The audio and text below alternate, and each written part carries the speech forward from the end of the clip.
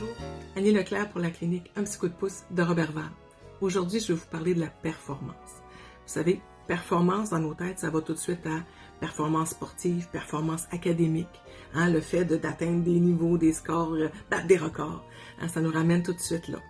Mais vous savez, la performance, c'est aussi applicable au fait de perdurer, de ne pas abandonner, de tenter d'atteindre un objectif, de faire un peu mieux qu'hier, de faire un peu mieux que le dernier examen, de bouger un peu plus que le mois passé.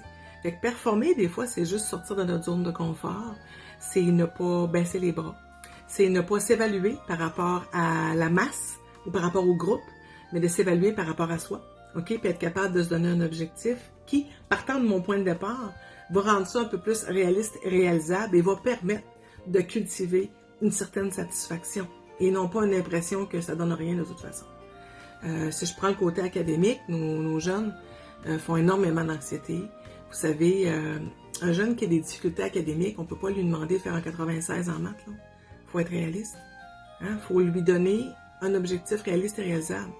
Moi, j'ai vu des 70 réussis d'arracher avec de l'aide, du soutien, qui en valaient pour moi des 96. J'ai vu des gens au niveau sportif, des fois je dis, écoute, c'est sûr, quelqu'un qui court en régulier, faire un demi-marathon, c'est le fun, c'est hot, ça enlève rien. Moi, je suis toujours comme en admiration. Mais vous savez, quelqu'un qui bouge pas puis qui dit, je vais essayer de marcher un 2, je vais peut-être essayer d'en courir un, marche-course, ça devient une performance pour cette personne-là. Puis j'aimerais qu'on soit capable d'avoir des objectifs nivelés, adaptés à notre point de départ et non pas juste sur la masse puis ce qui brille sur toutes nos plateformes. Donc, atteignez des objectifs qui vous ressemblent en partant de votre point de départ tout simplement et non pas en se comparant sur les gens autour de nous, les gens qu'on admire. Utilisons l'inspiration des gens qui ont réussi, mais n'essayons pas de faire pareil. C'est hyper important. Vous savez, performer, ça peut avoir un coût humain incroyable au niveau psycho-affectif. Ça peut être pernicieux, ça peut nous déstabiliser, ça peut nourrir des problèmes d'estime de soi ou une perception erronée de soi très négative. Alors que si on se donne un objectif qui est bien dosé, on a plus de chances de nourrir une perception de soi qui est évolutive, grandissante, puis un peu plus satisfaisante.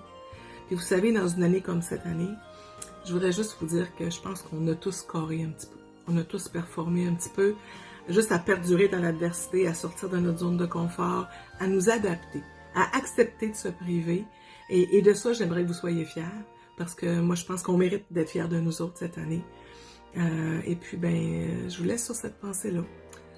Quels sont vos objectifs? Est-ce qu'ils sont réalistes? Quels sont les objectifs que vous avez pour vos enfants? Est-ce qu'ils sont bien dosés? Et puis, est-ce qu'on peut être un petit peu plus en bienveillance, en générosité envers soi-même pour se reconnaître dans nos efforts et non pas juste dans l'aboutissement final? Sur ce, bonne journée. Bye!